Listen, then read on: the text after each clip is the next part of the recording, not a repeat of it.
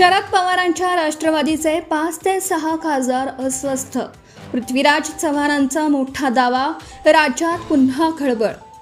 युसुफ पठाण, प्रतिनिधी, मालेगाव, नाशिक.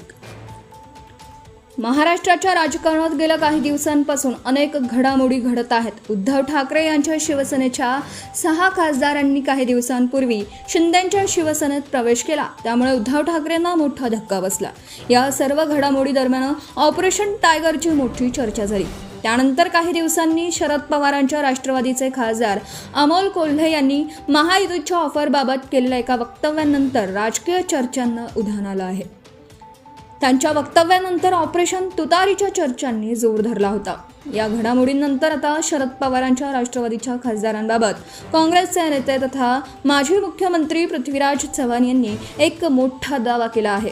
शरद पवारांचे 5 ते 6 खासदार अस्वस्थ असून उद्धव ठाकरे यांच्या पक्षासारखी अवस्था शरद पवारांच्या पक्षाची होऊ शकते, असं वक्तव्य पृथ्वीराज चव्हाण यांनी माध्यमांशी बोलताना केलं आहे. त्यांच्या या वक्तव्यामुळे महाराष्ट्राच्या राजकारणात पुन्हा एकदा खळबळ उडाली आहे.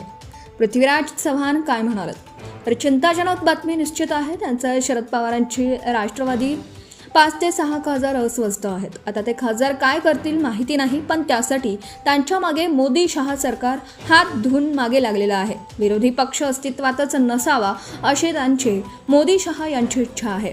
जे उद्धव ठाकरे यांच्या शिवसेनेचं केलं तेच शरद पवार यांच्या राष्ट्रवादी काँग्रेस पक्षाचंही होऊ शकतं, असा मोठा दावा पृथ्वीराज चव्हाण यांनी केला आहे.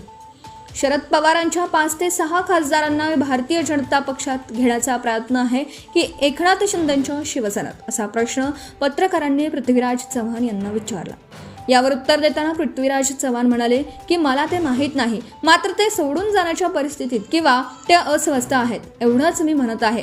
आता ते सोडून जातील की नाही हे देखील मला माहीत नाही, मात्र ते खासदार अस्वस्थ आहेत एवढं मी ऐकत आहे, असं पृथ्वीराज चव्हाण यांनी म्हटलं आहे.